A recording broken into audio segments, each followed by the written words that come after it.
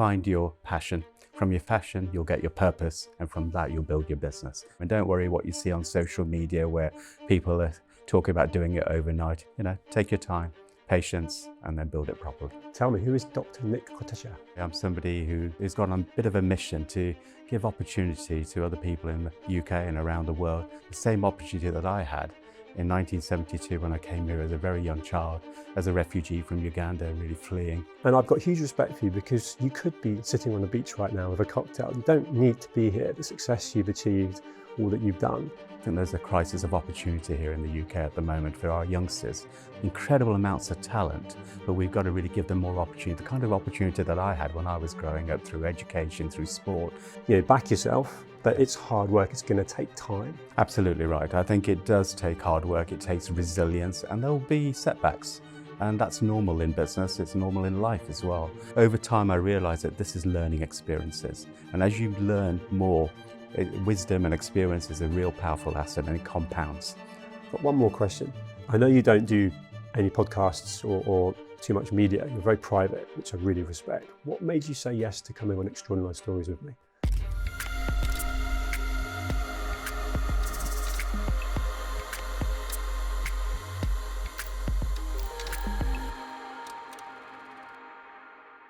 Sorry to interrupt. I've never asked this before, but if you can subscribe and follow, that will allow me to keep bringing extraordinary guests onto the show. Now let's get back to it.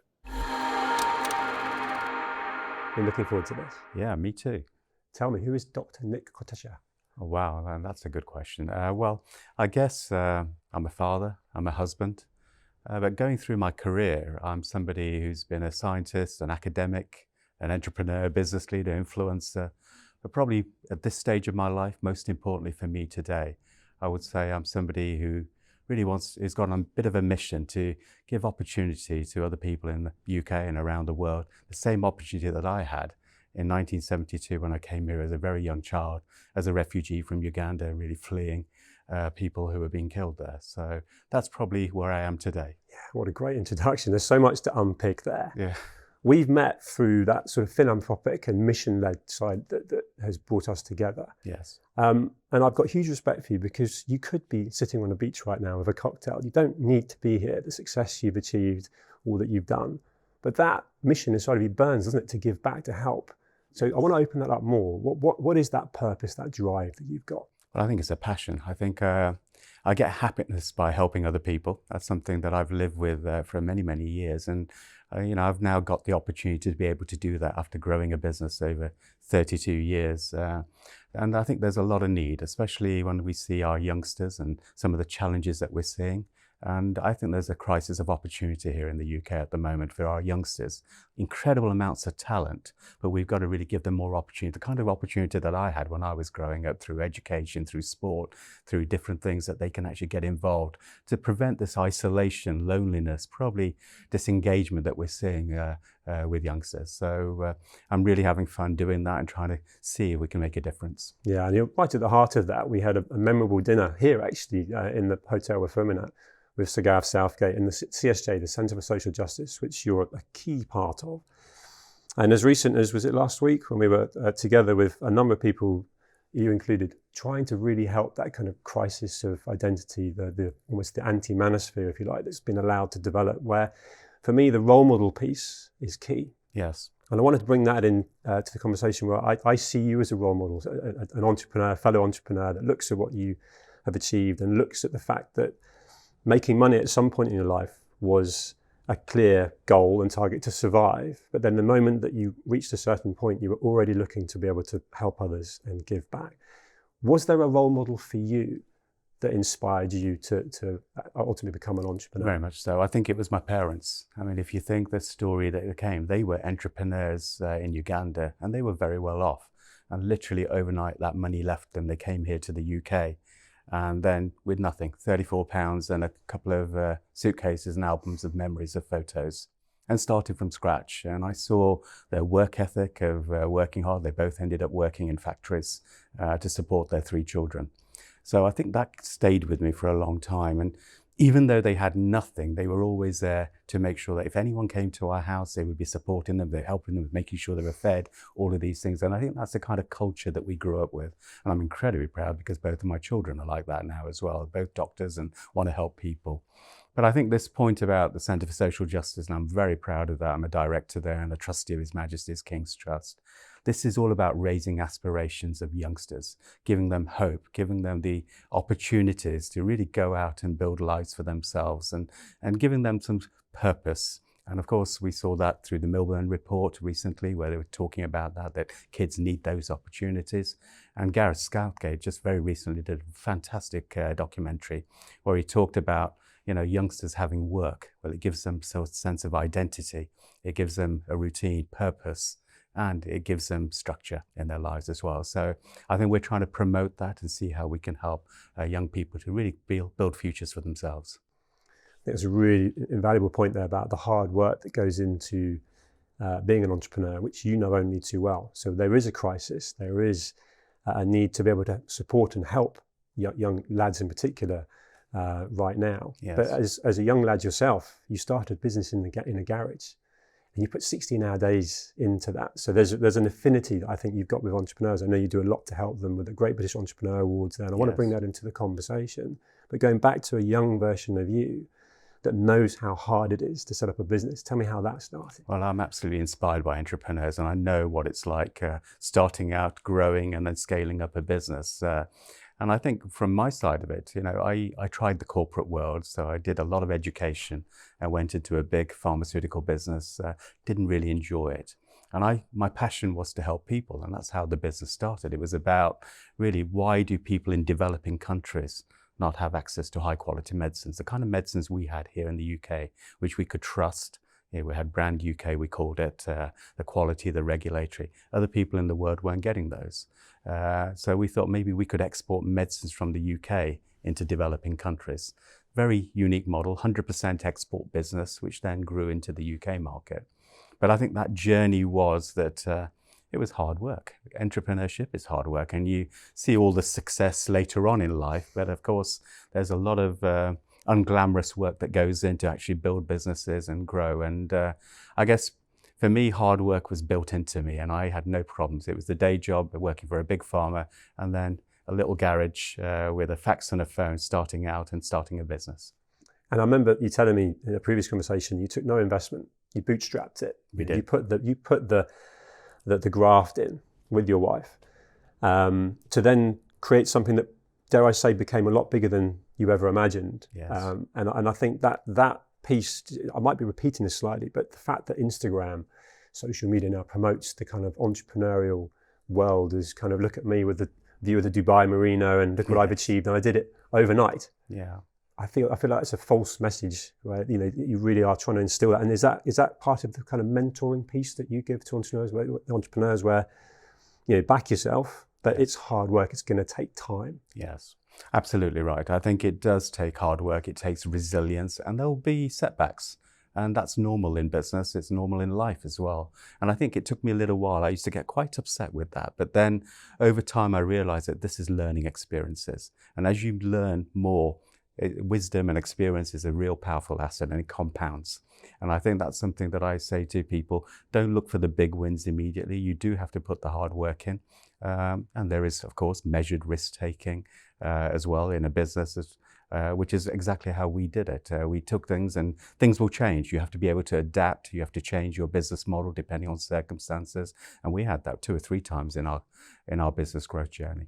Can you give an example? Because that resilience piece is, and the fact that you brought that up, rather than talking about any significant achievement, any significant deal that was X amount, you bring up the fact that you're probably a better version of yourself sitting here now because of the challenges you went through. Yeah, well, I remember we started the business in 1991. So for almost probably 10 years, we were very successful. Not many people were exporting medicines to developing countries at that time. And suddenly we'd hit it 25, 30 countries very quickly.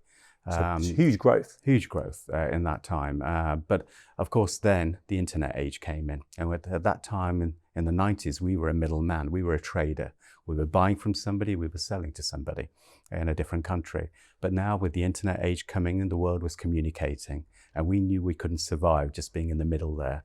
So we had to change our model, completely pivot and think about, well, what do we do next? And that's when we started the UK business, and we thought, right, now we want to have our own generic medicines, our own formulations, our own IP. We want to start manufacturing and then distributing in the UK to our NHS and all the hospitals and pharmacies. So a big decision, a level of investment needed to build all the quality, the regulatory and the infrastructure to allow you to do something like that. But it really was a necessity, otherwise the business wouldn't have survived. No. When you started Morningside out of your garage with your wife, what was the motivation and how ambitious were you with it? Well, it really came from a sense of purpose. We couldn't understand why people in developing countries were not getting high quality medicines. And of course, a lot of them were counterfeit there. So it was never really a business that we thought would grow and was going to be a big business. It was something that had a purpose, which we could help people in developing countries, but also allowed us to maybe make some money to go out and have dinner once in a while, go out and things like that, rather than thinking it was going to be a large global business. So that's really how it started, from that little garage with a fax and a phone. So important to share that. How many youngsters now, or even people pivoting, want to start a business and the aspirations just to make lots of money? Yeah, I think I always find, as I say to youngsters, is that find your passion. From your passion, you'll get your purpose, and from that, you'll build your business. And if you've got passion for your cause of what you're trying to do, and it's not always about just making money, it could be lots of different things that you're trying to do. Of course, the money is nice to have as well. And be patient with that as well, because it takes time to build good businesses. It will take time. And don't worry what you see on social media where people are talking about doing it overnight and you think, oh, I've not done enough. It doesn't work like that. You know, take your time, patience, and then build it properly. Got one more question. I know you don't do any podcasts or too much media. You're very private, which I really respect. What made you say yes to coming on Extraordinary Stories with me? Oh, I think when I met you, I just felt a connection, John. I think it worked. And you're right, I don't very rarely do media like this. But you gave me this confidence to come out and talk a little bit about some of the life. And more importantly, just to say to youngsters and other people that, well, if I did it, you definitely can do it, and have the confidence there's going to be help out there and support, and go and do it. I know another part of what you do is you have almost like a family office investment fund set up to back entrepreneurs. Yes. What do you look for when you're backing someone? Oh, I think I love this space. So of course we focus very much on life sciences because that's my background and that's our understanding. So stick to what you know. Stick to what you know. And I did, you know, after we sold the business, I went and looked at space and robotics and AI and lots of things. And everyone advised me, you've been doing this a long time, you understand this. And I think there's quite a few things you look for when you're looking at an investment. It's always first about the individual, the person and the team and the people. That's the first thing. The kind of things I did, you know, dedication, 12, 16 hour days, wants to work hard, got the passion, got a reason, and then you go on to the business model.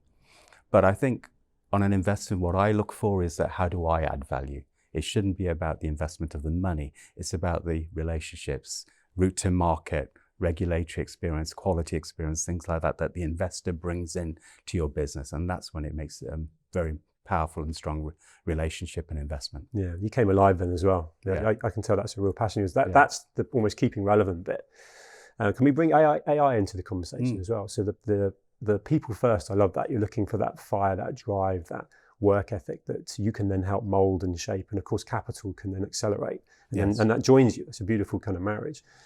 Where are you using AI in any business interests you've got right now? How's it changing things for you? Well, AI is changing everything we're seeing, and it's going to be incredibly powerful. And especially for knowledge, I think this is probably where we use it. We can do our backroom research on that, and a lot of people are using it for that.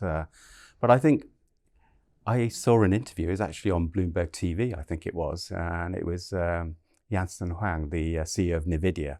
And I think one of the interviewers actually said to him that, you know, what is smart, or who's the smartest person you've ever met? And he dodged that question and said, well, there's lots of smart people and a lot of smart people work for me. But let's define smart in this world of AI. And that really resonated with me.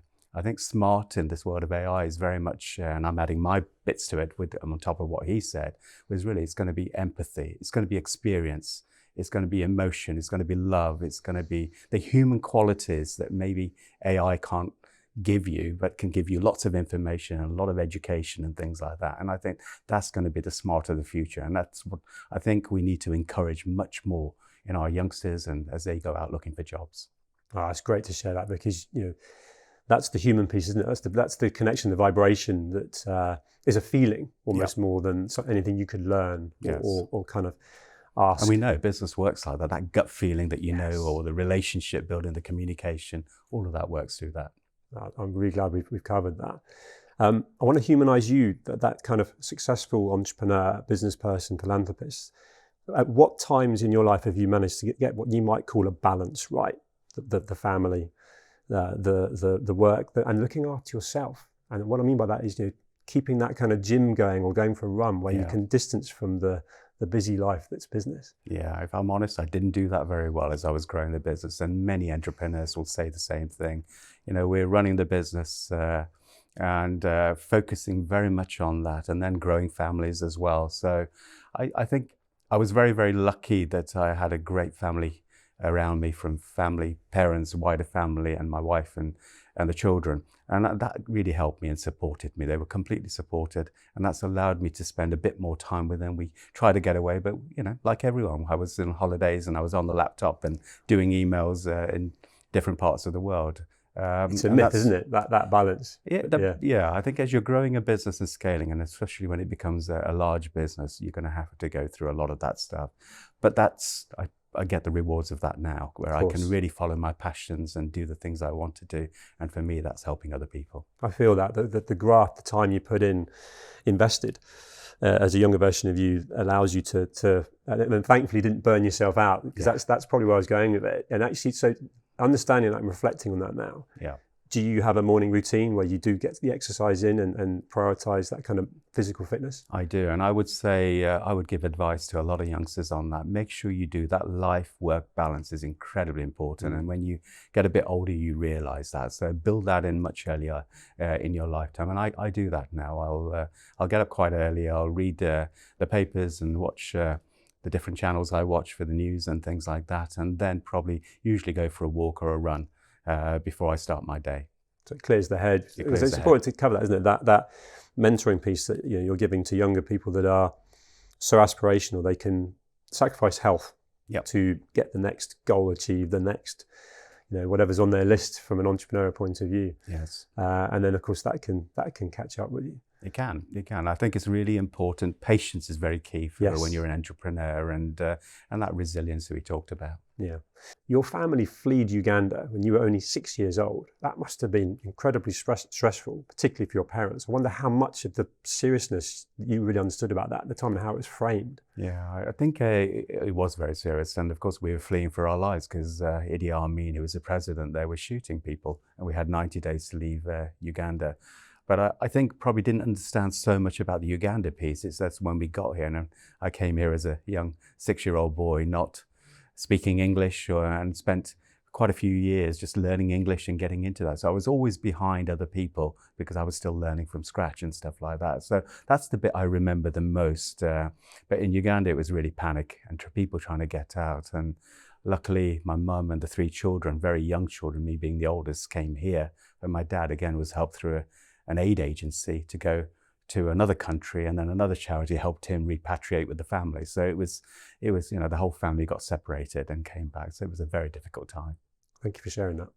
I know from a previous conversation we've had where we talked about success, and the association of wealth almost makes you feel uncomfortable in a very non-arrogant way. But the things you've achieved in business, the positions you hold where there's such mission-led importance to you. Sitting here now, what is your definition of success? I think success changes, your definition changes as you go through your life. I mean, when I was young, it was really about getting an education, and that education was my way out of poverty. So that was probably success for me. And I did a degree, then I did a PhD, and then went on to do other research and things like that. And then as you start, it's the corporate world, and then you go on, start a business. And that was really about growing the business and the responsibility it brings about having people working with you and, their livelihoods and all of that stuff. So it was really about managing the business, keeping it a strong, profitable business so that the people we were employing could have their lives and raise their children. And that was a big part of the success. Today, it's really about, I would say, really helping other people, giving them the opportunities that I've been given, which we started with nothing, And I think that's success. And if I can do that now, then it's been a successful life. Yeah, I can feel that. That's proper passion coming there. And another question that's slightly similar. There's a lot of things you've achieved with OBE and all the different milestones in business and, again, positions you've got now. What would you say is your greatest achievement? Well, my 2 children, I would say it's incredible what they are. And I would say also, it was the Red Cross who got us out of Uganda when we left as refugees. And very early on in the business, I wanted to make sure that we could work with international aid, because I saw over my 30-year career of traveling around the world of what kind of work they were doing in these countries when there's an Ebola crisis or there's an earthquake. And we wanted to work with them very early on, and I got a contract with a UN organization. And I'm really proud to say that for over 25 years, we became one of the leading suppliers from the UK of medicines to these countries, which was saving lives all over the world. So these were high quality medicines from the UK, cost effective, going out through UNICEF or Red Cross or MSF into different parts of the world. And that's something I'm very proud of, I think, in my business life. Well, that's something that you've enabled through endeavors of your own to put yourself in a position to help so many other people. That we keep coming back to that in this conversation, which is brilliant. Why would you say that there are so many people out there that have achieved a certain amount of wealth and success and keep it all? It's almost like a fear of losing their money and don't in any way do anything like what you're doing to help so many others. And yet the passion and the purpose and fulfillment that comes from every story that you're telling me, let alone countless others, is so inspiring. If I was in that position, I'd want to be doing that. Why have people closed off to that? No, I think lots of people have got great hearts. I think what it is that probably there's a lack of awareness. And of course, my life experiences have allowed me to do the things I'm doing. But more importantly, I think I spend a lot of time going out in the UK, especially meeting charities and seeing some of the challenges in society, in our communities. And that really humbles you, it grounds you. It makes you realize that, life is good, but life is also difficult. And we all go through all sorts of issues. We're all human and we'll go through all the emotions in life. And I think probably I would say, yes, it's a lack of awareness. If people went out and saw what was going on, they would probably do it a lot more. Secondly, I think it's also knowing where to put your money, the impact bit, because of course, business people, we have a business plan, we have a model where we will go through and we'll invest money into something and see it grow and things like that. With charities, they raise money for 12 months, they spend money for 12 months and start again.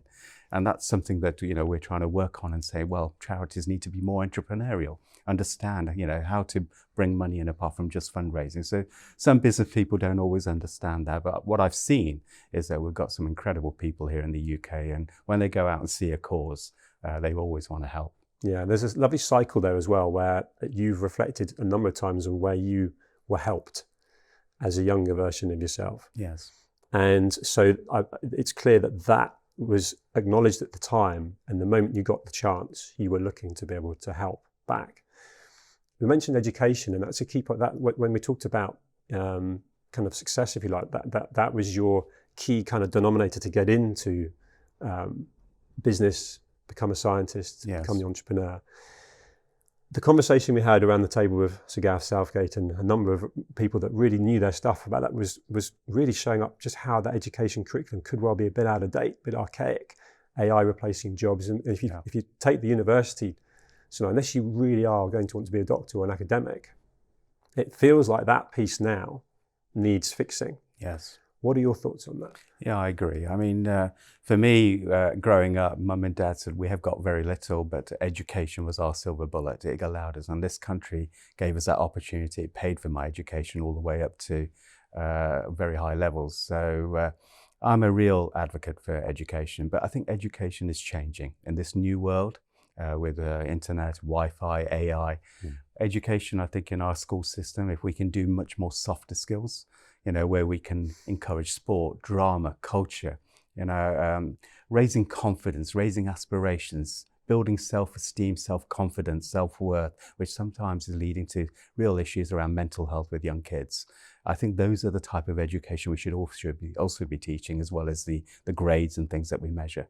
Yeah, I think that's a key thing that concerns me with 2 teenage daughters now, right at that point where perhaps university would have been a suggestion. And we now know there's so many grads unable to get jobs that, dare I say, they were either promised going into studying for those years to get a degree, or just assumed that they could get. So that's a changing world right now. Yes. And one of the things we talked about was that kind of almost apprentice stroke, getting experience early. So I wondered where you sit with that, because I feel like there's a lot of mentoring and a lot of advice that you give to younger people. Yes. How can they get access to more of that, and what needs to change in that space? Yeah, I'm a big believer in work experience. I mean, my first job was working at a shop called Olympus Sports in John Lewis in Leicester. And the experience I got there over 7 years of working, holidays from a 15-year-old boy, weekends, and whenever I was back at home from university, was absolutely essential for what I've been able to do. And that was putting, trainers on people's shoes. But what it allowed me to do is to actually understand people's characters, their moods, their emotions, sometimes angry, whatever. It taught me about real life skills. And that was so valuable. And I think our youngsters probably missed that, from working in a sandwich shop to doing the paper round. And for me, I did a sandwich course, which meant that I had a year in industry in between my first degree. And that really helped me, because it gave me direction. It made me understand I loved research. I wanted to go into pharmaceuticals and medicines and things like that. So I think our youngsters don't always have that from doing all just the academic subjects. They need exposure, and we need to do much more. And I think business need to engage much more, to go into schools and inspire youngsters and talk about some of the real life experiences they can get. Just listening to you then, it's so clear that an early version of you with a sort of white coat scientist, which that person often isn't very articulate. They're incredibly intelligent, but they can't explain what they're doing. Yes. It feels like that one of the things I'm really picking up from you is that you've had so much experience. You put yourself in a place where you've tried different things to build the character, to build the personality that you are, where at a certain point, rather than being sort of the scientist in the lab, you were actually, I can step out of this and I can grow that part of me. And I think that's a really important message to get across, where you didn't pigeonhole yourself. No. You flourished as that entrepreneur to be such a multifaceted version of you sitting here right now. Yes, and I think that's really important. You've got to try new things. You've got to put yourself out, but then somebody has to be around you to give you that confidence to do that as well. And I think that's where family, community support, and there's so many organizations that do that with young people now as well. But confidence is a big part of it, to go and put yourself out there, because it is a bit scary going out and doing things. And even just coming from an education background, going and working that first day, that new environment, all of these things. So, but I would say there is support out there, and the work we do with the King's Trust and many other organizations help people to do that.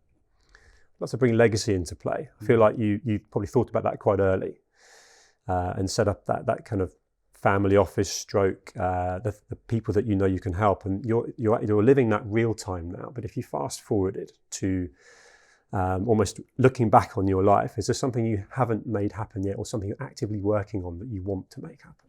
Oh. Well, I guess we have a charitable foundation called the Randall Foundation, which is all about saving lives and significantly improving lives. We have an ambition that we want to help 1 million people here in the UK and worldwide. And I think that's something that for the next, hopefully 20, 30 years of my life, that's what I'm going to be really pushing for, because I think there is opportunity out there to do that. In the developing world, of course, lots of opportunity, but here in the UK as well. And that's what I've been learning about through the different roles that I have, is how do we help people and significantly improve lives here in the UK. So I think that's something that I look forward to over the next 10, 20, 30 years. You kindly shared with me when we were talking outside that you'd always wanted to be on Bloomberg. And we've got an audience now that very much could and can support the charity. So I think that's really important to share that, because there's a legacy play there for anyone else that wants to in any way be part of the mission to help 1 million people's lives for the better, right? Absolutely. Well, I think you've hit one of my tick boxes on my bucket list, because I watch Bloomberg because I love economics, I love politics, and I learn a lot about this. So